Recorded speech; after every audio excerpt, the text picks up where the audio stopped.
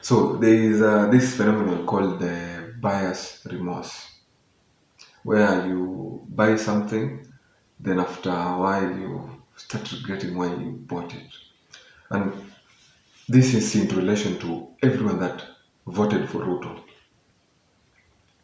They knew, like as much as currently now they want to pretend that they didn't know. They knew during the campaign everything Ruto had said, everything Ruto had lied about. You were told it was before your screens.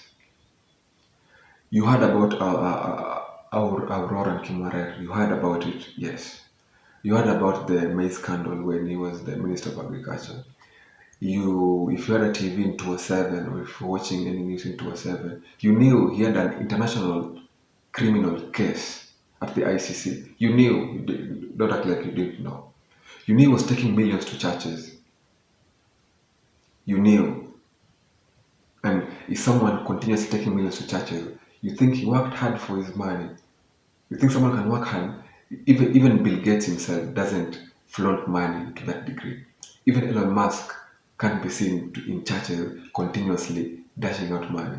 They do meaningful projects, long-term projects. So he did it as much as now then you are saying that he at least he returns the money to the churches. At least he gives back. Then you voted for him, knowing all that. But now you expected a wolf to change, a wolf to become a vegetarian. So who's the fool? You bought it. You bought his agendas. You bought his bottom up agendas. After the laptop one had failed. It's not the first time he's promised you something crazy. He's been promising you things over and over and over and over and over again. So for you having voted for him and thinking that he will have changed is you lying to yourself. And I think people even in relationships, people who voted for Ruto are the kind of people that even in relationships, maybe if they are women, they're in a very abusive relationship where the guy continuously abuses them over and over and again, but they still continue to give him chances. And that's the point where we are, where Ruto is currently abusing our country. Ruto is currently destroying our country. But still in 2027, there's someone who will wake up very early and go and vote yes. Because there is a very high probability that Ruto will be re-elected. There's a very high probability that he'll be re-elected. And there'll be people who will be voting for him. Regardless of whatever he's done, people have all the facts. But that day you'll be given 500 shillings and you'll forget about the finance bill. You'll forget about all these lootings. You'll forget about the 24 people who are dead, courtesy of. You'll forget about all that. You'll forget about the kid that was shot 8 times. You'll forget about that. I know you'll forget about it. Because you forgot about Kiamba when you're voting for him. That happened in 2007. People died. But still in 2020, in the last election, you voted for him, knowing well people lost their lives back then, knowing well that our Aurora and Kimwaret happened while he was in power, knowing well that the laptop project happened, but now he came up with a new promise and you bought it. Currently, we all know that the housing project is going to be the biggest scandal that's awaiting us. The housing project is going to be a very, very big scandal and it's going to implode right before our eyes. Right before our eyes, but you still vote for him. So there are people where, for the hate of Raila, they'll while they're choosing demons, they choose the worst one. Because Raila, on the other hand, isn't as clean. He also has some demons in his closet. But while faced with two options, people chose the worst one. Well, they were faced with two worst options. And in 2027, they'll still vote for him. All this that have happened, the Generation X, they never learn from history. Millennials have proved with people like Francis Gaido attacking Cairo. It means they just do the same thing. So there was a big number of people who voted for Ruto, and those people they now claim that they knowing fully well who they were voting for. All the facts were there. Citizen tried to tell you the facts. Raila's campaign team tried to tell you the facts. Independent journalists tried to give you the facts. You had it all, but still you chose the worst option. Chose the worst option. Because of age. How can you vote for someone because he's young? Younger than the other candidate? Yet you knew perfectly well that he had invested the most money. So his investment, you thought you could go like that. He must recoup his investment with interest. And the easiest way for him to do that is through taxes. He must overtax you. His friends funded him. He must compensate them. Because otherwise, why is Linturi a minister? Don't think he knows anything meaningful about agriculture. Why is Murkomen a transport minister? Because he's a lawyer. Do you want to tell me that there is no competent engineer that could have taken that job? We have a CS for health who people doubt their credential. For Nairobi, people voted for someone who clearly faked his degree. They knew, not, they knew. People will pretend that maybe they give him, but they knew. By the point you were voting for Sakada, you knew that he had faked his degree. You knew. So we are a country of people who pretend while they're voting, they pretend not to know something. When they have all the necessary information, like you have now, you have all the necessary information not to vote for 2027, but you still will vote for him. That I know for a fact. Because we are a country that will never learn. We knew everything about Waiguru. We knew about the NYS scandal. We knew. We knew that by the time she was being re-elected, hospitals in her county didn't have drugs. The doctors in her county were continuously striking. People knew about that when they were voting for her. They knew. It wasn't a new thing. They knew. They knew. In Siaya, people knew about Rasanga. Rasanga was a very incompetent governor.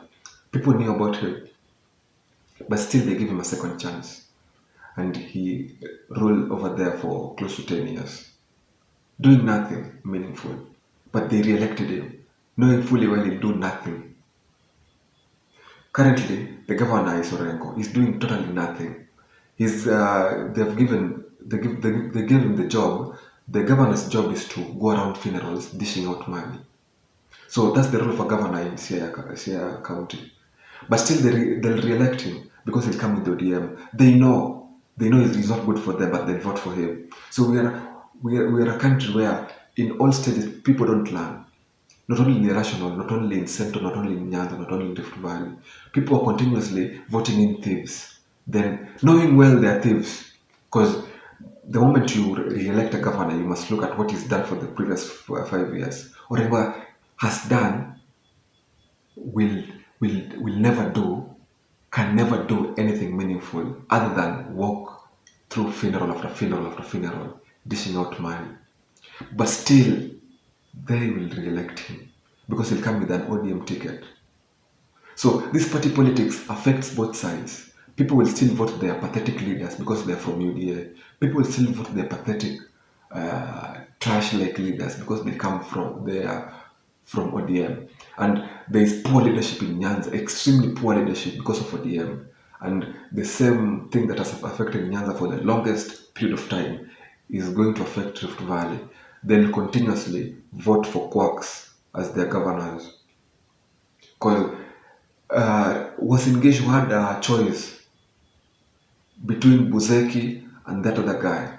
Buzeki was purely qualified for the job, was the perfect man for the job, but due to party politics, they chose the worst option. They knew. So they can't feign ignorance. They knew this guy won't do anything, but still they voted him in. They knew. Nairobi had two perfect options. They had one guy pretending to have a degree. They had another guy who was competent over and over and over. had proved his competency in different fields. Polycarp Igathe was the best option for Nairobi, but you knew it, but you still voted Igathe. For women, they voted no, Igathe was the perfect one for the job, but they still voted Sakaja. You know why? Because he has a dimple. Now they are suffering with that dimple guy because you can't vote for a governor because he's cute. Man, is the cuteness working for you? You can't vote for governor because he's young. Will the young work for you? Will the age work for you? You work for competency, and you need proof for that.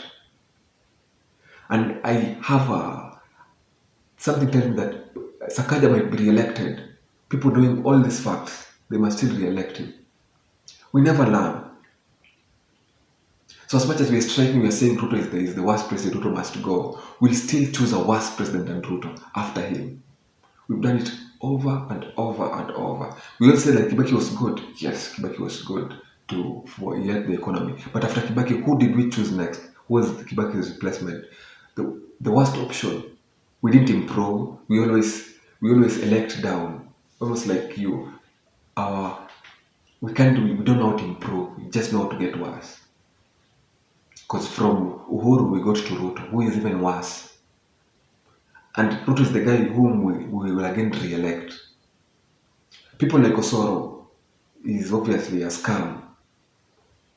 He is a very arrogant guy, but you might find that in 2027 he'll be re-elected. They re-elect him. So do we really know how to elect good leaders? Is it part like we always know the bad ones? We know how to re-elect the bad leaders. Do we really know how to elect the good ones? Because there are good leaders in our country. We just never elect them. They are available. There are very many people who could have fixed this country, but we'll never give them a chance. Personally, I feel like in 2027, for any candidate to run and win against Ruto, people must ensure that Raila doesn't run. But Raila will run just for Ruto to win. So if I'm Ruto, I can pay Raila just to run for me to win. Because the easiest way for him to win is for Raila to run. Because their campaigns are always purely against that guy. That's all they can talk about. So anyone new to the market who can run against Ruto will win. And all Raila has to do is support that guy. But he can never. Can he support that guy? Can he support that guy? He'll have to run knowing when he'll lose. Because the people in UDA know all they've been trained, all they have been choreographed, all they practice is to campaign against Raila. The reason this movement was successful in this magnitude, in this glory, is that Raila was not involved in it. And we've proven that whenever Raila is not involved in a movement, it's more pure. And those people can't pull the tribal card. So in 2027, Raila might run for his personal reasons. And that will give Ruto an obvious chance to win. And Ruto will win it. And because some people, based on their hate for that other old guy, they'll vote for Ruto. So who's to blame? Because you people voted for Ruto. He had votes in most of those places. He had votes. As much as people can claim that some votes were looted, he had votes in some parts of the country. And those people voted for him knowing purely well they had all the evidences they needed that this guy did this, did this, did this. The criminal cases were there. The criminal cases against Gachagua were there. They were there. But you still voted for him. Still voted for him. So people will continuously do crimes. People will continuously loot money. Still vote for them. So we're almost like a country that we never learn. And the millennials have destroyed this country. The Gen X have destroyed this country.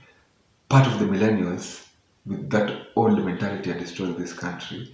The confused Gen Zs who are still with that old mentality are also destroying this country. So who will save us?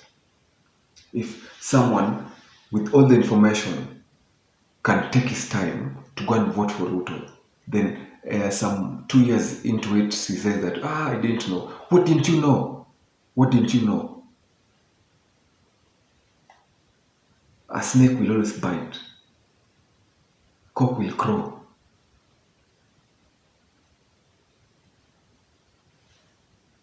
Bolt will run 100 meters, Kipchoge will run marathon. Man, what did you know? You didn't know this will happen. Obviously, he has done it over and over again. So, everyone who voted for Ruto is the biggest hypocrite. You are going through the buyer's remorse, of which you knew what you bought. It's just now that you're pretending. You hope someone will change overnight. Politician, they will change.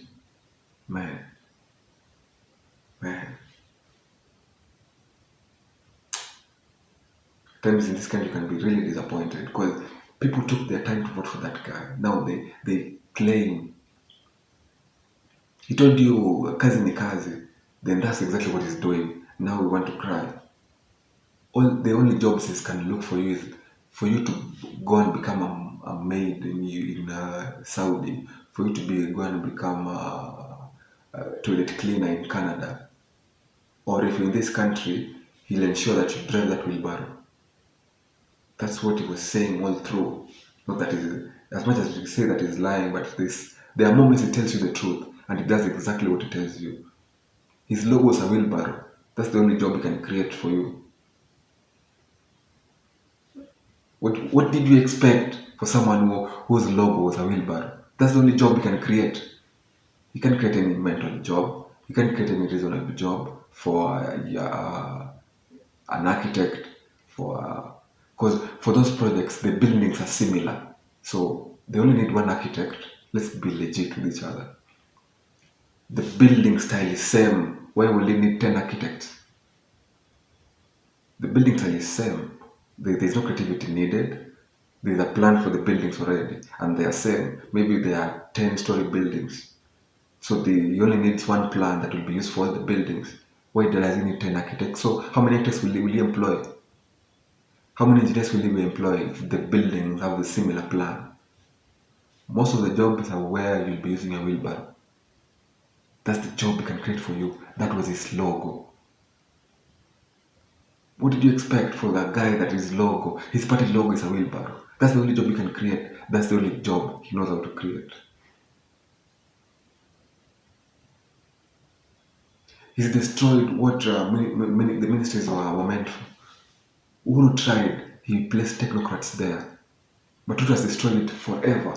People will always employ quacks because the best person you can employ is a quack. Because if the quack does something wrong, you can easily blame them. That's why if the police are killing people, whom is he blaming? The Inspector General. Who is Gachagua blaming? The DPP. Because they have employed quacks in all sectors. Do you think they do a necessary interview? Like we do a comprehensive interview for us to get the best person for the job? No. That's why they end up with people like Lintori. That's why they end up with, even for the clever ones, they are misplaced. Kindiki. What does Kindiki know about internal security? Dweller's never even served in an army. Can't even run. That's the guy we've equipped with to control the army. So he's controlling people who had better training than him. Even if you go and ask him the types of guns that exist, can't mention even 5. That's the guy we have for external security. Do you think he has any meaningful strategy in case our country goes to war? Do you trust Duale will keep you safe if you're to go to war with a stronger country? Do you think he has the strategies to keep us safe? Do you think he has those strategies? Do you think he'll listen to any reasonable person? Because there are people who have experienced war. There are people who have had adequate training that should be leading those sectors. We have a health minister that we doubt their credentials. He's leading the most elite people, the cleverest people in our country, who are people who did medicine, are led by someone who we doubt their credentials. It's almost like there were no doctors to employ in that docket. Man, and you voted for such a guy, and you'll still re-elect him. Man, at times the problem is not them. The problem is us. We, the voters, the people who voted for Ruto, are the problem of this country. Everyone who voted for Ruto are the problem of this country. Everyone who voted for Aigura are the problem of this country. Everyone who voted for Orengo are the problem of this country. Those guys, people who voted for Sakaja are the problem of this country. Because they knew, this is evil. You know this person is evil. You know that you want to believe that a snake doesn't bite. You are the problem of this country. And hope you change, man. Because we need a better country in which you make the right decisions. In which you don't vote for Ruto in 2027. In which you don't vote for people like Maigulu 2027. In which you don't vote for people like Sakaji in 2027. The only way we can make this country better is by exposing people like you who voted for Ruto. People like you who voted for Orengo. Because Orengo is doing nothing meaningful there. And Raila will never call him out. He is Raila's governor. Doing nothing. Raila will never call him out. But whenever Ruto is doing something wrong, Raila now knows what's right and what's wrong. With the same logic, why can't he call out his governor who's doing nothing meaningful? Is the role of a governor to attend funerals? Is that the role of a governor? So if Raila was to honest about himself, if Raila wants people to trust him again, he should start by correcting his governor. He should start by correcting his MP. Because charity begins at home. And in Nyanza we continuously have thieves, people looting our county governments when he says nothing. So things are only wrong when they happen in the national government. Things are only wrong when Ruto does them. So corruption is only wrong when Ruto does them. When Orengo does them, it's not wrong. When the former governor of Siaya did it, it wasn't wrong. Because Siaya has had the worst governor, like we've had the worst role of governors. The current deputy governor for Siaya has been complaining that Siaya is being looted. He's crying. He was talking to parliament, they wanted to impeach him. The people who we say that are unfair, people who we claim that are not good people, are the ones who saved him. Yet Raila will still want to call out the national government for being corrupt. Man, let's maintain the same standard. The same standards in which we rebuke Ruto with is the same standard we should rebuke Orengo with. Same standards. Otherwise, I won't trust you. We won't trust you. Man, the one thing that has destroyed our politics for the longest time is voting party politics, where you just tick. If you are in Nyanza, you have to tick ODM, even if it's a snake and you know it's a snake. Ati msiaibishe baba. If you are in Eldoret, you have to tick UDA top down. Usiaibishe Ruto. That's the dumbest way to vote. And if you ever voted like that, you are the problem of this country. You are the problem of you are the one who has put us in this place. You are the one digging our graves. If you are a person who takes the ballot paper and you have to tick as the same party top down, you are our problem. You have to change for us. Because if you're building a better future, it must start with the kind of MCA you choose. Because even as I complain currently, the governor in the place where I come from, currently I'm living in Kisumu. And my governor in Kisumu is trying his best. Kisumu is trying to clean. Where I live, there is continuous water, there is continuous power supply. When I go to town, the town is clean, man. As much as he is an ODM governor, his personality is also good. He's a good guy naturally. So he does things that he should do. I didn't elect Anyang' Nyong'o to go to funerals. I elected him to clean the city, which he does. I elected him to ensure that there's continuous water supply, which he does. So, at times, there are good leaders and there are bad leaders. And it doesn't, you shouldn't vote for them based on the party they come from, based on their ethics.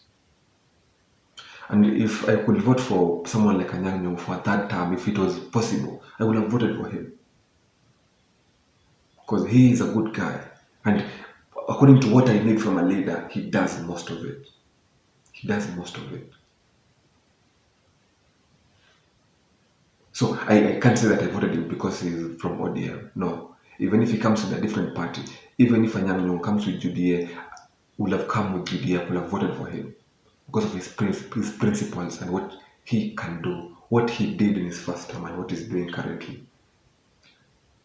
So personally, I've experienced two leaders, one both in ODM and one doing totally nothing and one doing what he ought to do.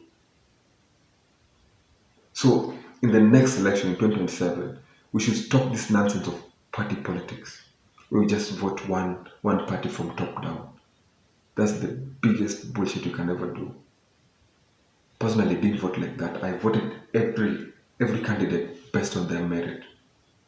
Some of them, yes, they're letting me down, but at least where I live, most the MP, the MCA is good, the MP is trash, but the governor is also good.